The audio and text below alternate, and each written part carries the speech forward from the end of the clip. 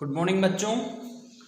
देखो अपन कौन सा चैप्टर पढ़ रहे थे? अपन पहला चैप्टर पढ़ रहे हैं, ठीक है।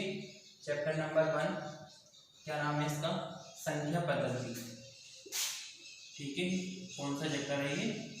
फर्स्ट चैप्टर संख्या पद्धति। और इस संख्या पद्धति में कल की जो क्लास थी उस क्लास में मैंने तुम्हें समझाया था कि जो रूट 5 है, ठीक है, और रूट का 2 है, इसको अपन संख्या रेखा पर कैसे निरूपित करेंगे, ठीक है ना। ये अपन ने समझा था, ठीक है। आज अपन एक और संख्या सीखते हैं कि जैसे रूट का 3 है, इस रूट के 3 को आप संख्या रेखा पर कैसे निरूपित करोगे, ठीक है ना। तो जैसे रूट का 2 आपने करा था, वैसे रूट का 5 करा था, आज करेंगे अपन रूट का 3। अब देखो रूट का 3 करने के लिए सबसे पहले अपन को क्या देखना पड़ेगा? अपन को इस तरीके से देखना पड़ेगा ना, जैसे मैंने बताया था आपको कि ये जैसे ये आधार है, ठीक है, ये लंब हो गया, और इसको कहते हैं अपन कर्ण। तो कर्ण का मान क्या लाना है अपन को? रूट का 3 लाना है, ठीक है। तो कर्ण का मान रूट का 3 कैसे आएगा? देखो ये अपनी पाइथागोरस प्रमेय होती है। ये कर्ण बराबर क्या लिखते हैं अपन? अंडर रूट के अंदर, ठीक है, अंडर रूट के अंदर आधार का स्क्वायर प्लस लंब का स्क्वायर, यही लिखते हैं, ये लिखते हैं भाई। तो यहाँ पे अपन को क्या लाना है? रूट का 3। तो रूट का 3 देखो कैसे आएगा, जब मैं यहाँ पे रूट के 2 का होल स्क्वायर करूंगा, ठीक है, और 1 का स्क्वायर करूंगा, ठीक है। देखो अंडर रूट 2 है, इसका स्क्वायर करोगे तो क्या बनेगा? 2 बनेगा। 1 का स्क्वायर करोगे तो क्या बनेगा? 1 बनेगा। अब 2 में 1 को जोड़ो, बताओ कितना आ गया? कितना आ गया? रूट का 3 आ गया, ठीक है। तो आधार की जगह पे कितना लिखना पड़ेगा अपन को, बताओ? तो आधार तो लेना पड़ेगा अपन को कितना? अंडर रूट का 2, और लंब कितना लेना पड़ेगा? 1, ठीक है। अब ऐसा लेंगे अपन, तब जाके अपन को क्या मिलेगा? रूट का 3 मिलेगा। अब देखो आगे कि आधार जो है वो अंडर रूट का 2 लेना है। अब देखो अंडर रूट का 2 लाने के लिए अपन को वो सारा प्रोसेस वापस से करना पड़ेगा जो अंडर रूट 2 के लिए किया था। कैसे किया था देखो, याद करो आप, ठीक है। ऐसे एक लाइन बनाई थी, ठीक है। सबसे पहले क्या करेंगे अपन? अंडर रूट 2 को बनाएंगे वापस से। तो यहाँ पर ये 0, यहाँ पर ये 1 और यहाँ पर ये 2, ऐसे बनाया था। फिर क्या करा था? फिर यहाँ पर 1 सेंटीमीटर की लाइन खींची थी, जितनी ये थी उतनी यहाँ पर ये 90 डिग्री का कोण बनाया था। 90 डिग्री का कोण बनाया था ना। ये 1 सेंटीमीटर की थी, ये 1 सेंटीमीटर की। यहाँ पर इसको ए बिंदु मान लो, इसको बी बिंदु, ठीक है। फिर क्या करेंगे? इसको इससे मिलाएंगे, ऐसे करा था। ये 1 इकाई थी, ये भी 1 थी, तो ये कितना आ गया था? इस तरीके से अंडर रूट का 2, ठीक है। अब क्या करना है? देखो ये आधार, इस आधार का मान तो कितना रखना है अपन को? अंडर रूट 2, और इस लंब का मान कितना रखना है? 1। तो अब जो अपन चित्र बनाएंगे इसको आधार मानना पड़ेगा। किसको मानना पड़ेगा? आधार इसको। अब इसको आधार मानेंगे तो अब लंब जो बनाना है कहाँ पे बनाएंगे बताओ? मतलब जो 90 डिग्री का, जैसे 90 डिग्री का कोण यहाँ बन रहा था ना, अब 90 डिग्री का कोण कहाँ बनाएंगे? यहाँ बनाएंगे। तो मैं 90 डिग्री का कोण बनाता हूँ आपके, ठीक है। इसको तो क्या मान लेंगे? आधार मान लेंगे, और यहाँ पे 90 डिग्री का कोण बनाएंगे, ठीक है। अब ये 90 डिग्री का कोण तुम कहीं से बनाओगे बताओ? ये ऐसे बनाओगे, ऐसे, यूं ऐसे करके, पता याद करो तुम 90 डिग्री का कोण बनाना सीखा था तुमने बचपन में। ऐसे एक चाप यहाँ काटेंगे, एक चाप यहाँ काटेंगे, फिर एक बार यहाँ रखेंगे, एक बार यहाँ रखेंगे, ठीक है ना। तो ये लाइन जाएगी इसे इधर, यहाँ पर, ठीक है। तो ये इस तरीके से 90 डिग्री का कोण बनता है ना, ठीक है। और ऐसे नहीं आ रहा हो तो चांदे से बना लेना, फिर बाद में जब क्लासरूम में आओगे तो उस टाइम पे बड़े समझाऊंगा मैं तुम्हें कि ये 90 डिग्री का कोण कैसे बनाते हैं, ठीक है। वैसे तुमने बनाया होगा, नहीं बनाया हो तो कोई बात नहीं, ठीक है, चांदे से बना लेना। अब क्या करोगे? ये तो रूट 2, ये 1 सेंटीमीटर की, तो 1 सेंटीमीटर का चाप काटेंगे कहाँ पे? यहाँ पे, इस वाले पे।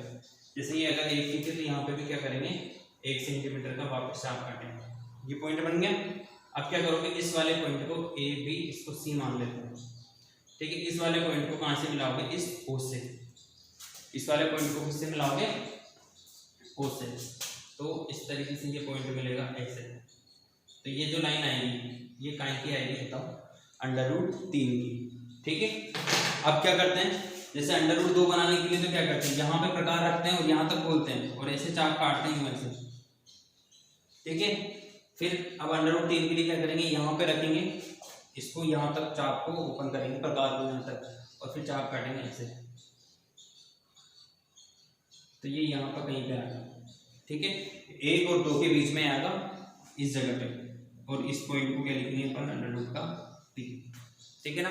देखो समझ में नहीं आया हो, वापस से किस तरीके से मैंने बना रखा है उसको देखना, ठीक है। अब फिर भी नहीं आता है तो आप मुझसे पूछ लेना कि सर जो है समझ में नहीं आया, मैं वापस से इनको वापस से रिपीट कर दूंगा। देखो क्या बनाना है, सबसे पहले √2 बनाना है, ठीक है। उसकी सहायता से क्या बनेगा, √3 बनेगा, ठीक है। और प्रश्नावली 1.2 के अंदर, प्रश्नावली 1.2 के अंदर है कि √5 को संख्या रेखा पर निरूपित करो, किसको, √5 को। तो वो मैंने इससे पहले वाली क्लास में कराई दिया तुम्हें, ठीक है ना। फिर भी समझ में नहीं आया, मैं कह रहा हूँ आपसे समझ में नहीं आया, अब बता देना कि सर समझ में नहीं आया, मैं वापस से रिपीट कर दूंगा, ठीक है।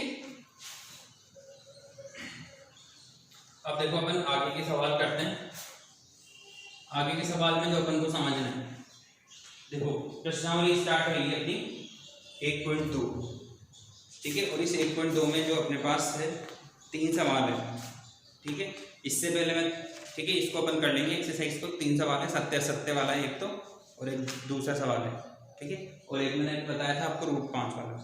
मैं आपको प्रश्नावली 1.2 भी नहीं करा रहा हूँ, उसमें 2 ही क्वेश्चन है, मैं अभी कल की क्लास में करा दूंगा या परसों की। मैं कुछ अगली के लिए आपको समझा रहा हूँ। देखो अगली के लिए मैं क्या समझा रहा हूँ, वास्तविक संख्याएं, वास्तविक संख्याएं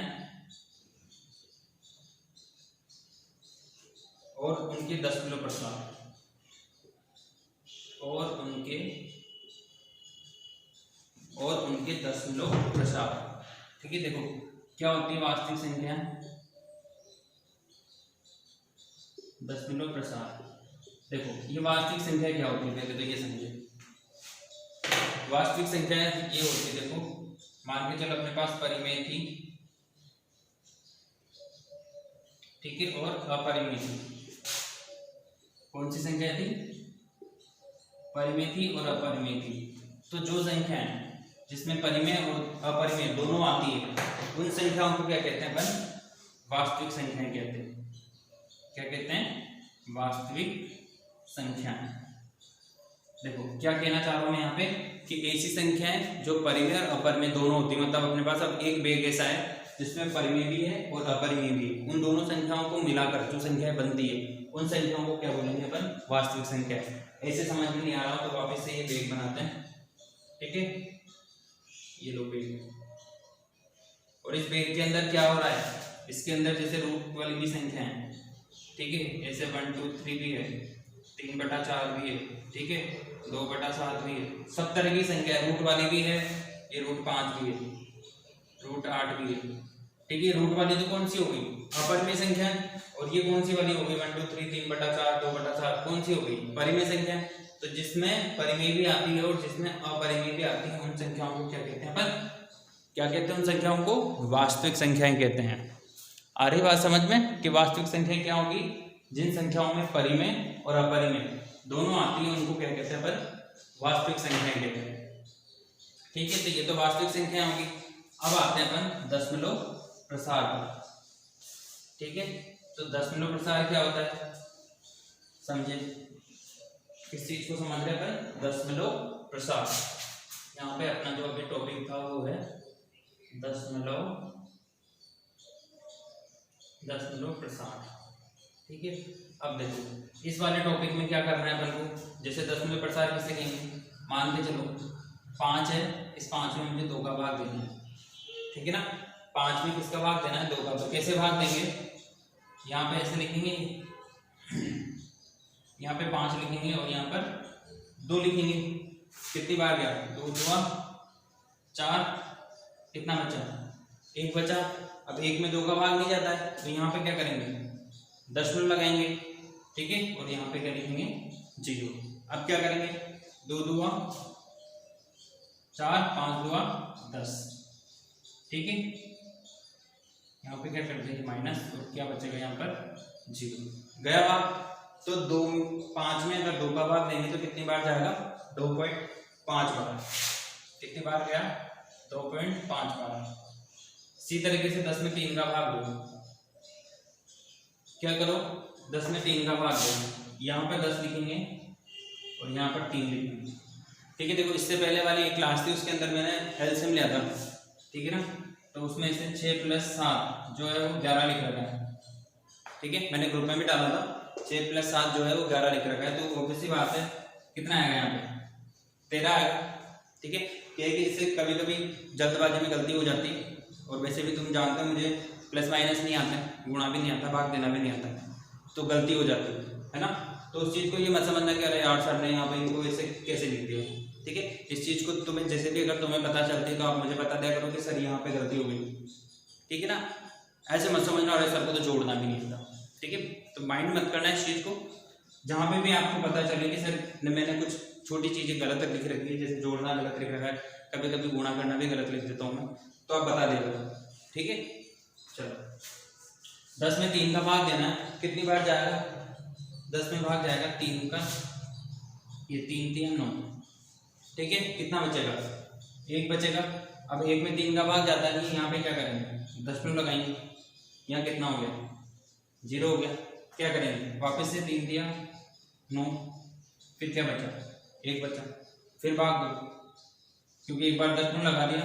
देखो तुम भाग देते जाओगे और इस तरीके से 3 3 3 जो है वो आते रहेंगे।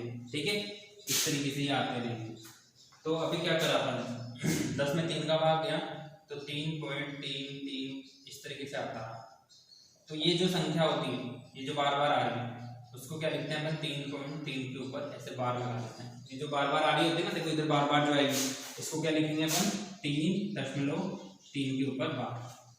तो देखो मैंने यहाँ पर तुम्हें कितने तरीके दशमलव बता दिए, 2 तरीके के दशमलव बता दिए। एक तो शांत वाला, ये जो दशमलव जो है इसके बाद कुछ नहीं आता, देखो इसके बाद कोई संख्या नहीं आ रही ना, खत्म हो गया यहाँ पे।